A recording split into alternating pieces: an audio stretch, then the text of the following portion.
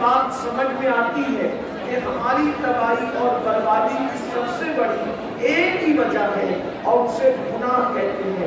اس لیے کہ جہاں گناہ میں نہیں سکتی، جب انسان گناہوں میں مبتلا ہو جاتا ہے تو پھر اس کو بربادی سے دنیا کی کوئی قوت روک نہیں سکتی. اللہ اکبر. آپ دیکھیں پورے قرآن کو اٹھا کر کے آپ قرآن مقدس کا مطالعہ کریں تو آپ کو پتا چلے گا آسمان سے پتھروں کی بارش ہوئی تھی، گناہوں کی وجہ سے ہوئی تھی. ہواؤں کی آندھی چلی تھی، گناہوں کی وجہ سے چلی تھی. اللہ اکبر. زمین کے اندر قوموں کو دھسا دیا گیا تھا، گناہوں کی وجہ سے دھسایا گیا تھا. اللہ اکبر. ایک عالمی طوفان آیا تھا اور اس عالمی طوفان نے لوگوں کو جب وہ پانی کے اندر غرق کر دیا تھا. آج بھی تاریخ کے انمٹ نقوش پکار پکار کر ہمیں عبرت کی دعوت دے رہے ہیں کہ لوگ اگر پھنسے ہیں زمین میں تو گناہوں کی وجہ سے، پتھروں کی برسات ہوئی ہے تو گناہوں کی وجہ سے، چہرے سور اور بندروں کی طرح ہوئے ہیں تو گناہوں کی وجہ سے. اور میرا اللہ قرآن میں واضح طور پہ ارشاد فرماتا ہے وما اصابکم من مصیبت فبما کسبت ایدیکم، کہ تم پر جو مصیبت آتی ہے وہ تمہارے گناہوں کی وجہ سے آتی ہے. میرے پیارے آقا صلی اللہ علیہ وسلم کے پیارے دیوانوں، ہم یہ تصور کرتے ہیں، ہم یہ سوچتے ہیں مولانا گناہ کریں گے تو اس کی سزا قبر میں ملے گی، گناہ کریں گے تو اس کی سزا میدان محشر میں ملے گی. حالانکہ ایک مسلمان کو اگر یہ یقین ہے کہ میرے گناہ کی سزا مجھے قبر اور میدان محشر میں ملے گی، تب بھی تو اس کو گناہ نہیں کرنا چاہیے. اس لیے کہ نہ قبر میں گناہ برداشت کرنے کی طاقت ہے، نہ حشر میں گناہ کا عذاب برداشت کرنے کی طاقت ہے. قبر میں بھی عذاب نہیں برداشت ہو سکتا گناہ کا، میدان محشر میں بھی برداشت نہیں ہو سکتا. مگر بے باقی تو دیکھو لوگ کہتے ہیں مولانا قبر میں سزا ملے گی تب دیکھا جائے گا، محشر میں سزا ملے گی تب دیکھا جائے گا. اس کا مطلب یہ ہے کہیں نہ کہیں ایمان کمزور ہوا ہے، کہیں نہ کہیں اللہ رسول کی باتوں پر سے یقین کمزور ہوا ہے. اور یاد رکھنا کوئی گناہ اتنا نقصان نہیں پہنچاتا جتنا اللہ کی باتوں سے یقین کا کمزور ہو جانا نقصان پہنچاتا ہے. کوئی انسان جب ہمیں کہہ دیا گیا کہ تم پر عذاب ہوگا اگر گناہ کرو گے تو، اور عذاب دینے والا کون ہے؟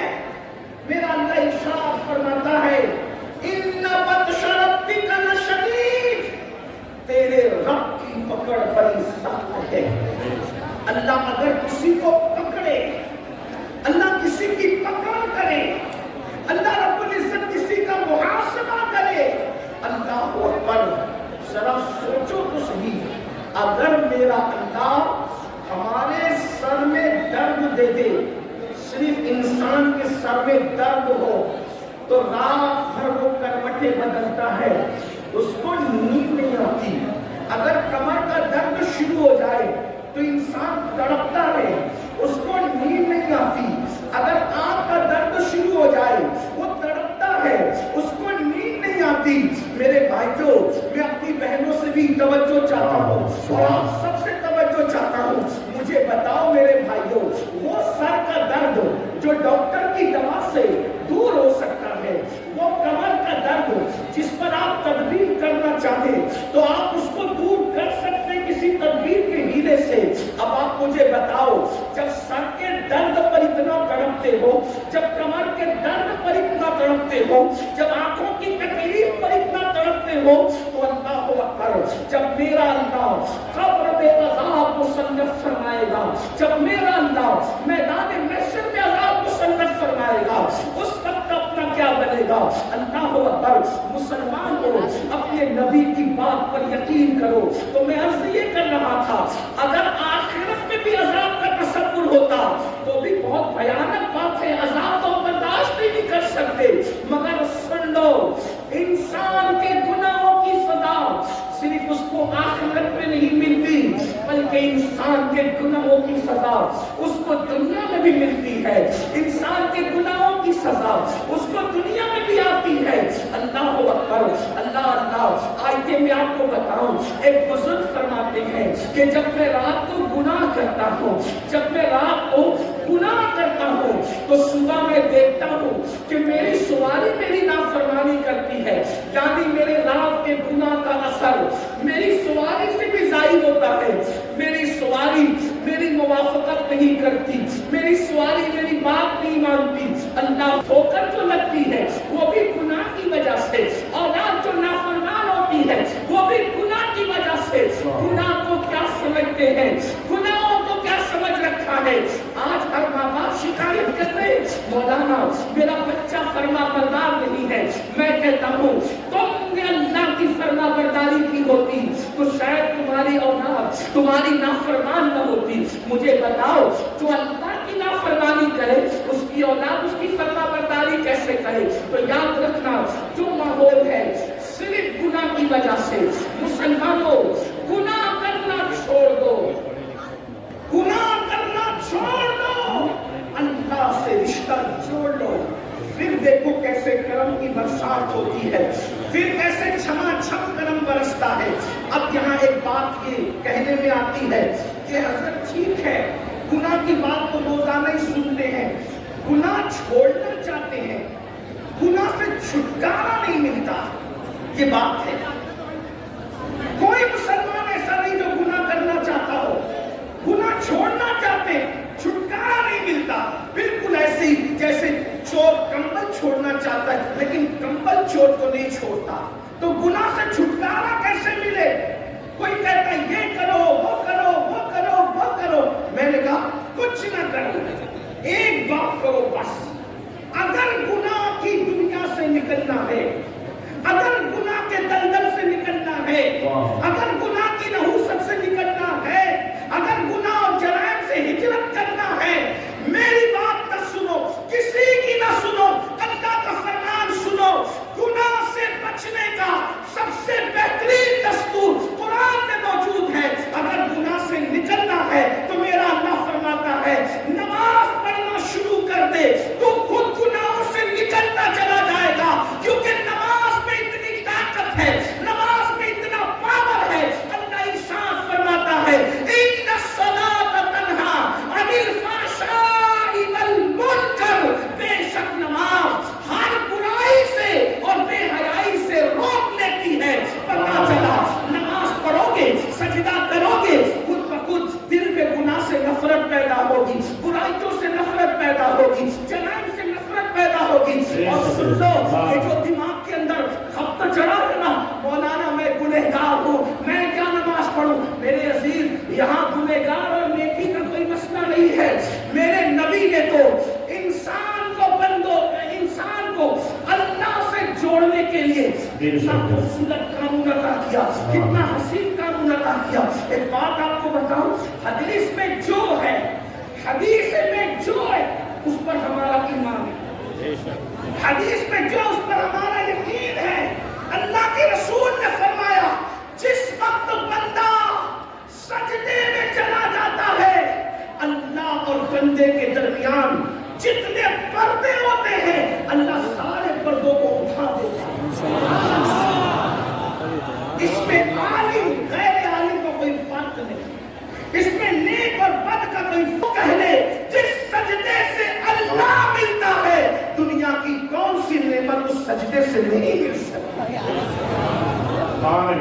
کیوں سجدوں کے قریب نہیں آتے؟ سجدوں کے قریب کیوں نہیں آتے؟ آؤ، ٹائم نہیں ہے، بہت بڑی نادانی کر رہے ہیں، اس کے بعد ٹائم نہیں ہے، اور نماز کو زیادہ ٹائم بھی نہیں لگتا۔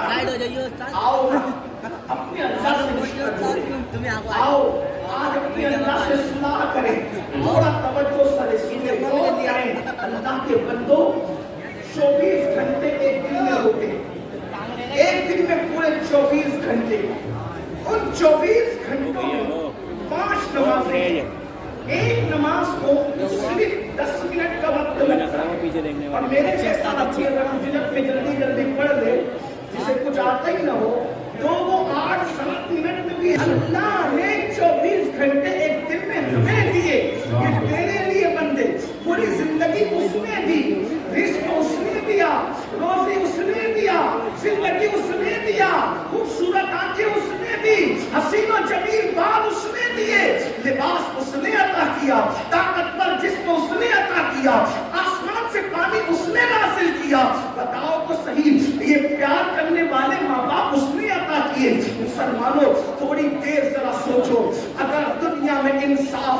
موجود ہے, اگر دنیا میں وفا موجود ہے, آپ سے پوچھتا ہوں ایک گلاس پانی اگر کوئی ہمیں پلا دے, ہم تھینک یو کہہ کر اس کا شکریہ ادا کرتے ہیں.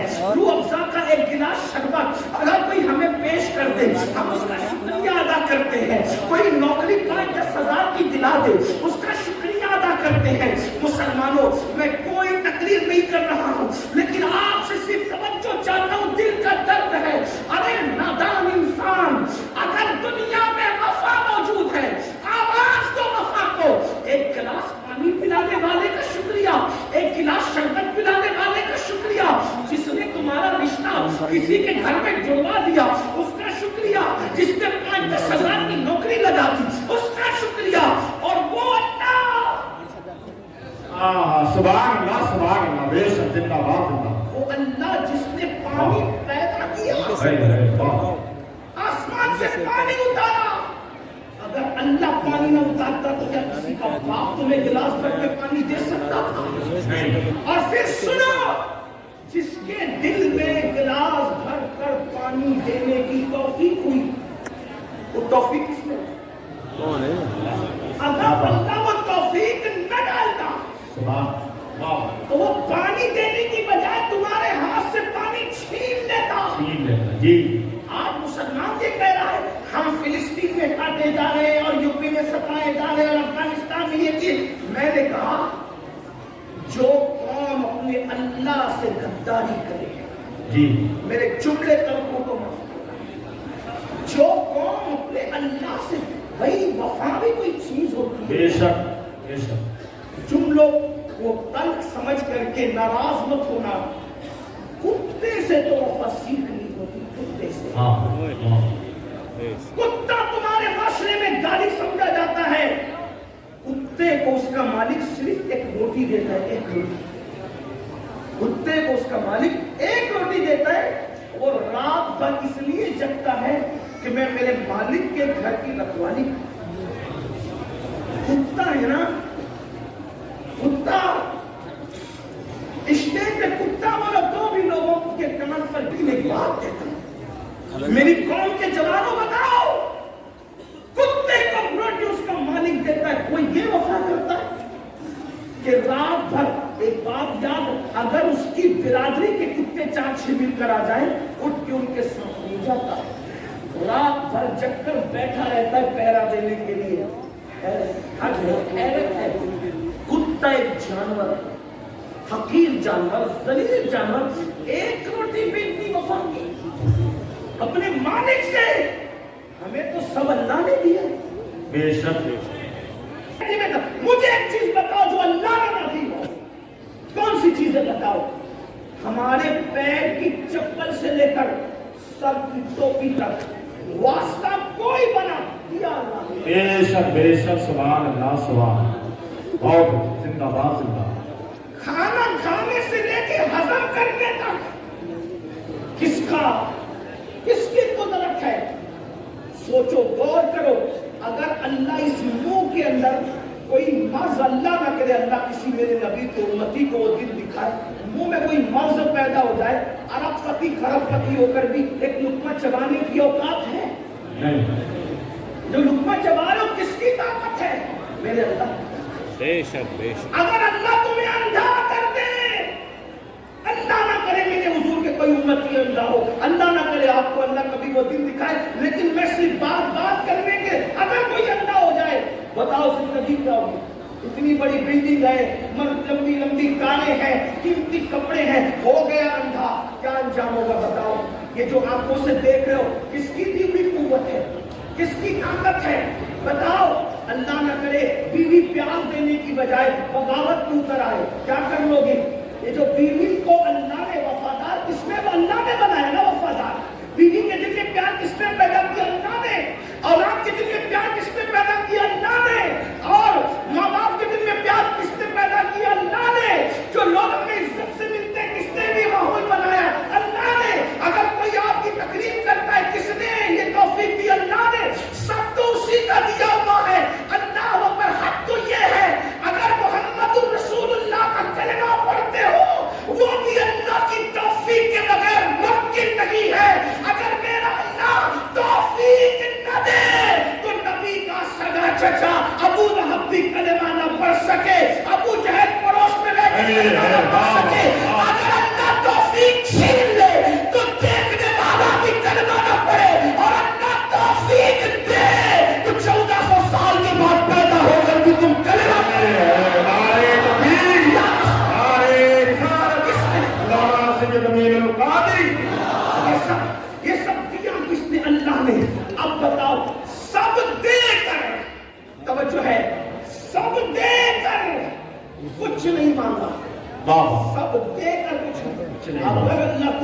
کرنا اس کی شان ہی نہیں ہے معاملہ، لیکن وہ فرض محل کیا اوقات ہوتی ہے میرے بھائی.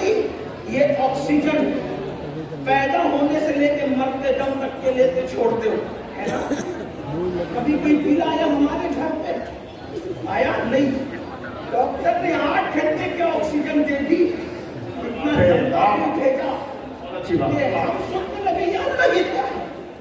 آپ مجھے بتائیں نا، ڈاکٹر آکسیجن دے وہ بھی اس کی نہیں، حالانکہ اس میں بھی قدرت کا عمل رکھا ہے. کوئی چیز ایسی ہے ہی نہیں جس میں قدرت کا عمل رکھا ہے. بلکہ اللہ تو یہاں تک فرماتا ہے اے انسان اور جنات، اگر تم زمین اور آسمان کے کناروں سے نکل سکتے ہو تو نکل جاؤ. آسمان اور زمین کے کناروں سے نکلو گے تو بھی وہاں تم ہماری ہی حکومت پاؤ گے. سبحان اللہ، زندہ باد، زندہ باد. ہمارے قرآن میں آسمان اور زمین کے باہر بھی اگر نکل جاؤ گے تو بھی کیا پاؤ گے؟ ہماری حکومت. کیونکہ یہ دارالعلوم کا جلسہ ہے، یہ دعوت کا حصہ ہے. یا ایک بات اس کرنا چاہتا ہوں،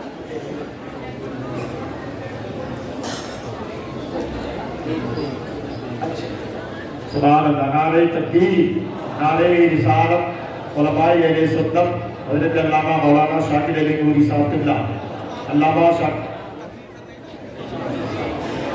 حضرت علامہ مفتی محمد ایوب صاحب قبلہ، حضرت علامہ مفتی محمد ایوب صاحب قبلہ، علماء اہل سنت مسلکی اعلیٰ حضرت علامہ سید امین القادری صاحب قبلہ.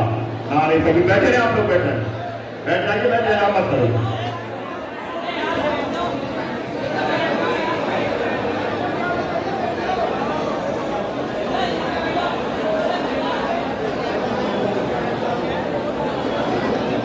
ممبر شریف والے بھی بیٹھ جائیں. آپ حضرات بھی تشریف رکھیں. ہاں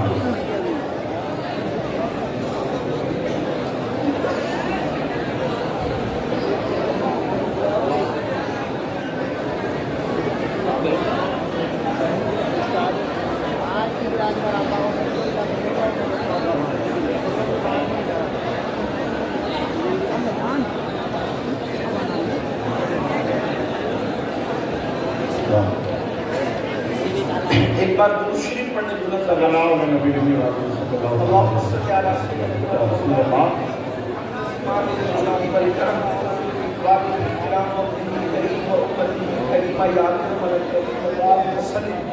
صلاۃ و سلام علیک یا جد الحسن والحسین. اہل سنت و جماعت کی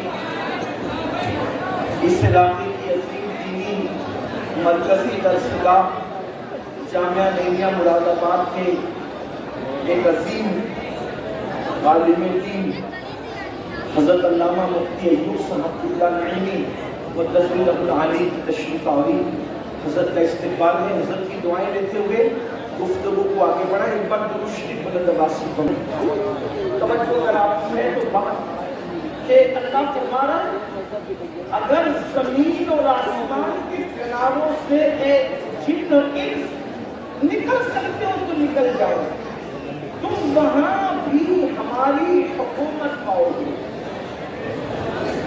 دارالعلوم کا جلسہ ہے، لوگ سائنس پر بہت سینہ پھلا رہے ہیں، لیکن قرآن سائنس کے علوم کے لیے کیسے رہنما اصول فراہم کر رہا ہے. اس لیے کہ اللہ کی کتاب تمام علوم کا سب چشمہ ہے. جس وقت قرآن نے یہ کہا اے جن و انس اگر تم زمین اور آسمان کے کنارے سے نکل سکتے ہو تو نکل جاؤ، وہاں بھی ہماری حکومت پاؤ گے. مطلب کیا؟ اس وقت تو لوگوں کو شعور اور ادراک ہی نہیں تھا کہ کوئی زمین کے کنارے سے بھی باہر نکل سکتا ہے. یہ ممکن ہے زمین کے کنارے سے باہر نکلنا. یہ بنیاد کس نے فراہم کیا؟ اس بنیاد کو فراہم کرنے والی کتاب کو قرآن مقدس کہتے ہیں. اور پھر یہ بھی بتا دیا جہاں جاؤ گے وہاں کوئی اور نہیں، اللہ ہی کی حکومت پاؤ گے. اس کا مطلب یہ کہ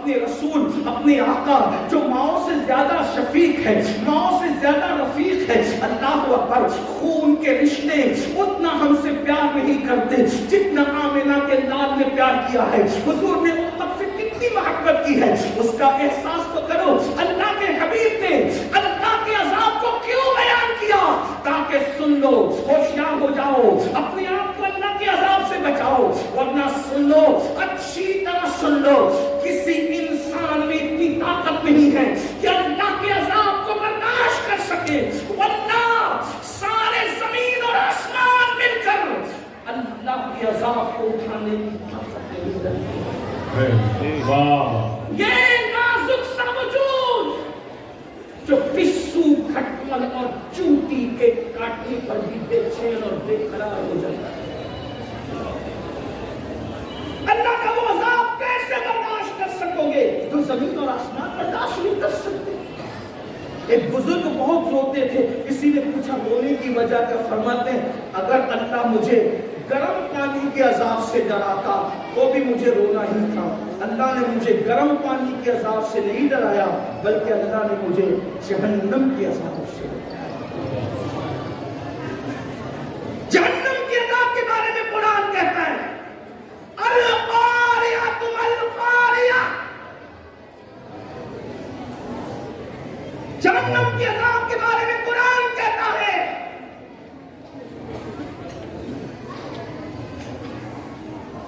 میرا ارشاد فرماتا ہے جہنم کے عذاب کے بارے میں، اور کیا فرما رہا ہے؟ اللہ فرماتا ہے کہ جس دن کافر اللہ کے عذاب کو دیکھیں گے تو کیا کہیں گے؟ وَيَقُولُ الْكَافِرُ يَا لَيْتَنِي كُنْتُ تُرَابًا، کاش ہم مٹی ہو جائیں۔ وہ مٹی ہونے کی تمنا کریں گے، اللہ کے عذاب کو دیکھ کر وہ مٹی ہونے کی تمنا کریں گے۔ اللہ کے عذاب کا حال کیا ہے؟ میرے عزیز، میرے بھائی، اسی لیے صحابہ جنہیں جنت کی بشارتیں ملی تھی وہ رات رات بھر اسی لیے نہیں روتے تھے، انہیں پتا تھا اللہ کے عذاب۔ ام المومنین، یہ میری مائیں اور بہنیں موجود ہیں جنہیں نماز کا طریقہ بھی صحیح نہیں پتا، یہ گھمنڈ میں ہے مولانا ہم تو جنت ہی میں جائیں گے۔ میں کہتا ہوں امید کری جا سکتی ہے لیکن خوف بھی ہو، امید کی جا سکتی ہے مگر خوف بھی ہو۔ یہ کیا کہ جن کی زندگی میں کلمہ طیبہ بھی یاد نہیں اور انہیں گھمنڈ ہے کہ جنت میں جانے سے میں کون روک سکتا ہے؟ بڑی معذرت کے ساتھ امید بھی کرو، خوف بھی کرو، یہ گھمنڈ ہے، نہ امید نہ خوف۔ کیا سمجھ رکھا ہے جنت کو؟